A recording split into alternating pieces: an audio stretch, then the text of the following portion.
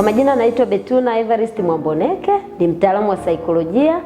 Nitakuwa pamoja nanyi katika Simamia TV kutoa vipindi mbalimbali vya kuhusiana na saikolojia ya binadamu, ikiwemo saikolojia ya ndoa, saikolojia ya mahusiano, saikolojia ya watoto, saikolojia ya madawa ya kulevya, ikiwemo na hata saikolojia ya uendeshaji wa vyombo vya moto.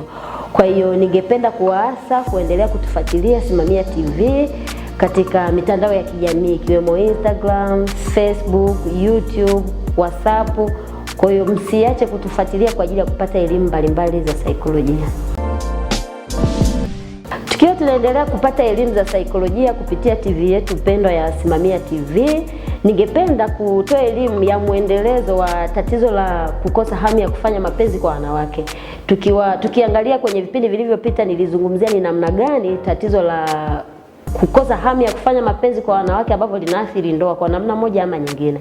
Lakini kupitia elimu hiyo watu wengi wamependa wajue sasa sababu ni nini, kwa sababu wengi wamejiona wana hilo tatizo na walikuwa wajui kwamba ni tatizo.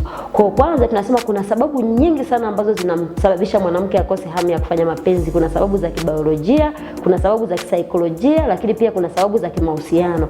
Nitaanza na sababu za kibiolojia. Tunasema sababu za kibiolojia, asilimia kubwa mabadiliko ya homoni kwa mwanamke yanaweza kusababisha mwanamke akakosa hamu ya kufanya mapenzi. Na mabadiliko ya homoni asilimia kubwa yanatokea mwanamke ambapo anafikia ukomo wa hedhi, au mwanamke anapokuwa mjamzito, au wakati ananyonyesha. Na tunasema ndicho kipindi ambacho unakuta wanawake wengi ile hamu ya kufanya mapenzi au ule msukumo wa kufanya mapenzi unapungua. Lakini sasa tunasema jamii inakuwa haielewi, na wanawake hawa wako kwenye ndoa wakati mwingine sababu hizi zinaweza kusababisha migogoro pasipo watu kujua. Kwa hizo tatu ni sababu za kibiolojia ambazo zinasababisha wanawake wakose hamu ya kufanya mapenzi. Lakini kuna sababu ya magonjwa, tunasema magonjwa ya muda mrefu, ikiwemo labda kisukari, ikiwemo kansa, ikiwemo magonjwa ya pressure. Magonjwa yote hayo yanasababisha wanawake wakose hamu ya kufanya mapenzi. Lakini pia tunasema matumizi ya dawa. Kuna baadhi ya dawa mwanamke akiwa anatumia tunasema kwamba zina matokeo ambayo yanaweza kushusha ile hamu ya kufanya mapenzi, ikiwemo labda dawa za kutuliza misongo ya mawazo. Lakini pia tukiingia kwenye sababu za kimahusiano tunasema ni nyingi. Migogoro isiyoisha kwenye mahusiano. Tunasema ndoa nyingi, mahusiano mengi yamekuwa na migogoro. Hivyo basi kupelekea watu kukosa hamasa ya wapenzi wao au ya waume zao au wake zao. Kwa hiyo tunasema wanawake wengi wakati mwingine wanapoteza hisia za kufanya mapenzi kulingana na migogoro iliyomo kwenye mahusiano ama ndoa zao. Lakini pia sababu nyingine tunasema kwamba inategemea na mahitaji ya mwenza. Tunasema watu wengi wanakuwa wanafanya tendo la ndoa wakiwa hawana mawasiliano. Kwa unakuta mwanamke kuna namna anavyohitaji yeye tendo la ndoa ili aweze kulifurahia au kulizishwa, lakini mwanaume anafanya tofauti. Kwa tunawaasa watu walio kwenye ndoa, kwenye mahusiano, lazima kuwe na mawasiliano tendo la ndoa linavyoendelea, au hata wakati tu wa tofauti wanaweza kujadiliana na kujua ni vitu gani mambo yao wayaweke sawa.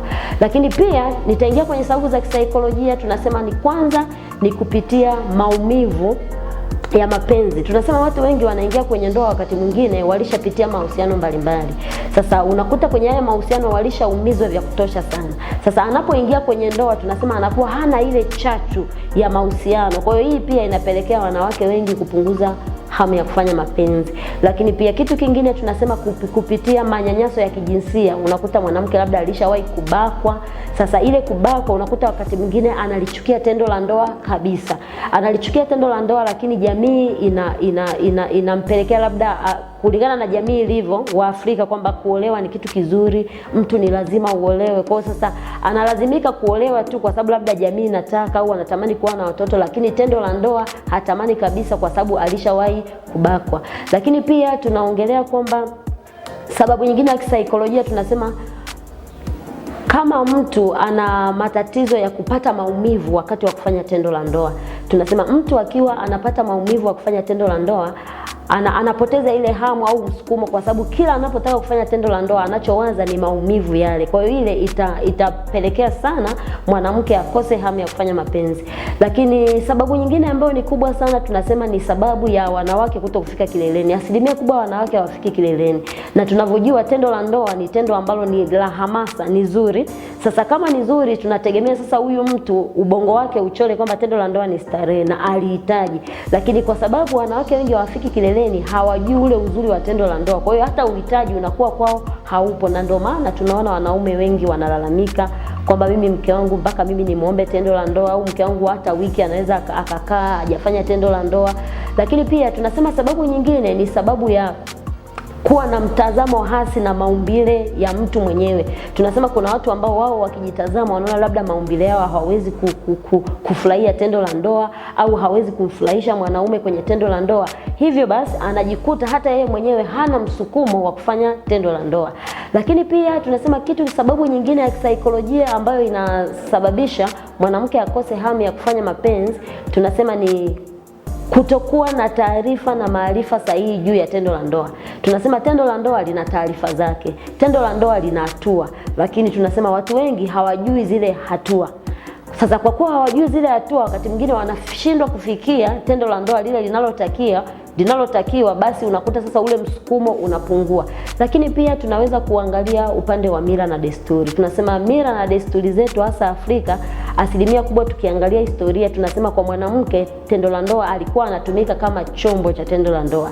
Sasa ile kitu bado inatembea, bado inatutafuna. Kuna wanawake ambao wametoka kwenye ile, lakini kuna wanawake ambao bado wako kwenye ule utumwa, kwamba yeye anaamini kwamba anatumiwa, na ndio maana anasubiri aambiwe kufanya tendo la ndoa. Akifanya tendo la ndoa anajua tu kwamba mwanaume akishalizika ni basi. Sasa ile pia inaweza ikapunguza morali. Lakini pia matatizo mengine ya kisaikolojia, tunaongelea kuchoka na majukumu, ikiwemo majukumu ya utafutaji wa pesa, majukumu ya kulea watoto au kulea wazee.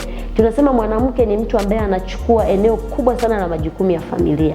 Sasa kwa kuwa anachukua eneo kubwa sana, mfano analea watoto, anachoka, unakuta mwisho wa siku anakuwa hana uhitaji ule wa tendo la ndoa. Kwa hiyo kuchoka kwa majukumu yoyote yale kuna msababisha mwanamke akose hamu ya kufanya tendo la ndoa.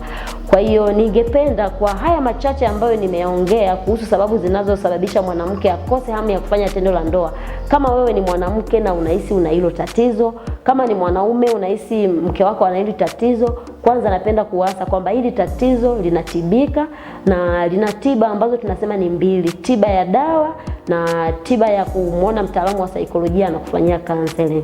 Sasa tunasema kwamba hizi tiba zimekaa kwa mtazamo upi? Tiba ya dawa tunasema kama ni mabadiliko ya hormone, tunasema kwamba madaktari wanaweza wakakusaidia kubalance hizi hormone na kuwa sawa. Lakini pia tunaongelea kwamba kama ni tatizo lolote ambalo linahusiana labda na magonjwa, daktari pia anaweza kusaidia. Lakini tunasema kwa matatizo ambayo ni ya kisaikolojia, tunasema mtaalamu wa saikolojia anaweza kukusaidia labda kuchange namna ya mtindo wa maisha. Anaweza, kama kuna vitu ulipitia kwenye maisha vilikuumiza, tunasema pia mtaalamu wa saikolojia anaweza kukusaidia. Kama ni msongo wa mawazo ndio ambao unakusababisha ukose hamu ya kufanya mapenzi, pia anaweza kukusaidia kwa kiwango cha juu sana.